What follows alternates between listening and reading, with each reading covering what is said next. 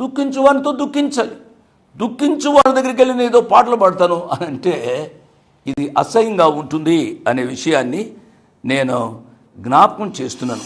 వారి తల మీద నిత్యానందం ఉండును, వారు ఆనంద సంతోషములు గలవారే వచ్చెదరు, దుఃఖమును నిట్టూర్పును ఎగిరిపోవును. ఏమి కలుగును? వారికి ఆనందము కలుగును. ఈ ఆనందకరమైన మార్గంలో ఏముంటాయి? నిత్యానందం ఉండరు, నిట్టూర్పులు ఉండవు. వారు ఏముంటాయి? ఆనందం ఉంటుంది, దుఃఖము నిట్టూర్పులు ఉండవు అనే మాట. దేంట్లో ఉండవు?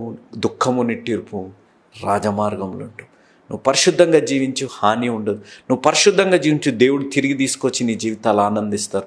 నువ్వు పరిశుద్ధంగా జీవించు, నీ జీవితంలో నిట్టూర్పులు ఏది కూడా నీ జీవితాల్లో ఉండకుండా దేవుడు నిన్ను దీవిస్తారు.